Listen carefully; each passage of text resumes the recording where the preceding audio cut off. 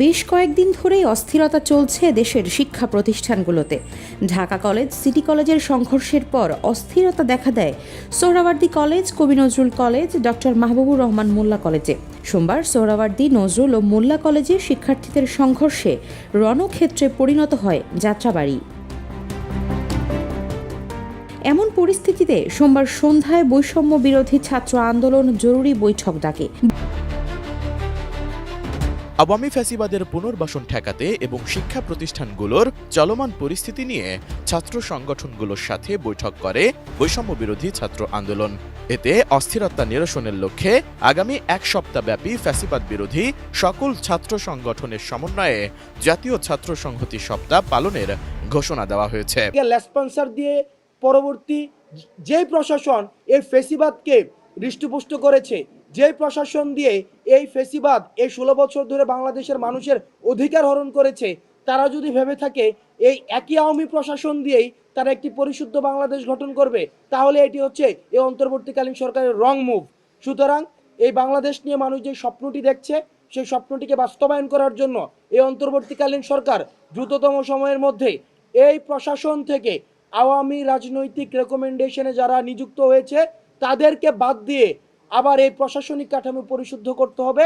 নচেত এই ধরনের যে এই প্রশাসনিক জটিলতা এবং সরকারের যে সংস্কার কার্যক্রমের জটিলতা, সেগুলো অব্যাহত থাকবে এবং সেগুলো আমাদের তরুণ প্রজন্ম তথা রাজনৈতিক সচেতন মানুষকে আশাহত করবে। তারা একটি উপলক্ষ খোঁজার মধ্য দিয়ে আমাদের মধ্যে কলহ সৃষ্টি করার মধ্য দিয়ে তারা পায়তারা করতে চায়। সেই জায়গা থেকে বাংলাদেশের সকল ছাত্র সমাজ 5ই আগস্টের পূর্বে আমরা যেভাবে ঐক্যবদ্ধ ছিলাম, ঠিক একভাবে ঐক্যবদ্ধ হওয়ার জন্য একতার বার্তা নিয়ে আমরা বৈষম্য বিরোধী ছাত্র আন্দোলন সকল রাজনৈতিক ক্যাম্পাস কেন্দ্রিক এবং সকল রাজনৈতিক যেই দল রয়েছে, ফ্যাসিবাদ বিরোধী যে শক্তিগুলো রয়েছে, ছাত্র সংগঠনগুলো রয়েছে, তাদের ঐক্যমত্যের ভিত্তিতে আমরা সিদ্ধান্ত পৌঁছেছি আগামী এক সপ্তাহ আমরা জাতীয় ছাত্র সংহতি সপ্তাহ ঘোষণা করছি। আমরা এই জাতীয় ছাত্র সংহতি এই সপ্তাহে আমরা যারা ফ্যাসিবাদ বিরোধী যে রাজনৈতিক দলগুলো ছিল, ছাত্র সংগঠনগুলো ছিল, তারা বিভিন্ন প্রতিষ্ঠানে যাবে এবং সেই প্রতিষ্ঠানে তারা ওই একতা এবং সংহতির যে বার্তাটি সেটি পৌঁছে দিবে। এ সময় দ্রুততম সময়ের মধ্যে সাবেক এমপি মন্ত্রীদের সব সম্পদ বাজেয়াপ্ত করার কথাও জানান হাসনাত আব্দুল্লাহ। বাংলাদেশে যে আন্দোলনগুলো বিভিন্ন সময় এখন দানা বাঁধছে, আন্দোলনের একটা উপলক্ষ তৈরি হয়েছে যে প্রত্যেক দাবি নিয়ে রাস্তায় এসে এটা মৌসুম চলছে। সেই মৌসুমে আমরা দেখছি যে আওয়ামী ফ্যাসিবাদী যে শক্তিগুলো রয়েছে তাদের ব্যাপক ফাইন্যান্সিং রয়েছে এবং গত 16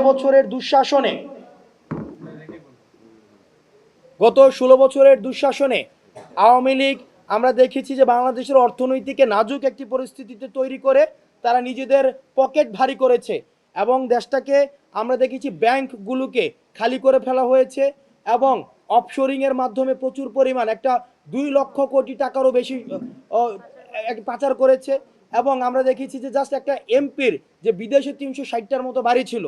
তো সেই জায়গা থেকে আমরা সিদ্ধান্ত পৌঁছেছি নীতিগতভাবে যে গত 3টা ইলেকশনে যারা নির্বাচিত হয়েছে আওয়ামী লীগ থেকে দ্রুততম সময়ের মধ্যে তাদের সম্পদ বাজেয়াপ্ত করতে হবে।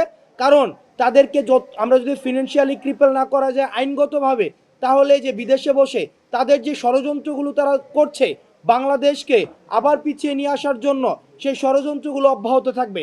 সেই জায়গা থেকে এই অন্তর্বর্তীকালীন সরকারকে সুস্পষ্ট এবং দৃশ্যমান পদক্ষেপ নিতে হবে। আমরা আজকে নিচ্ছি, কালকে নিচ্ছি, পদক্ষেপ নিচ্ছি, এই ধরনের বিষয় না। আমাদেরকে সুস্পষ্ট এবং দৃশ্যমান দ্রুততম সময়ের মধ্যে পদক্ষেপ নিতে হবে, যেটির মধ্য দিয়ে যারা নির্বাচিত হয়েছে আওয়ামী লীগ থেকে তাদের সম্পদকে বাজেয়াপ্ত করতে হবে।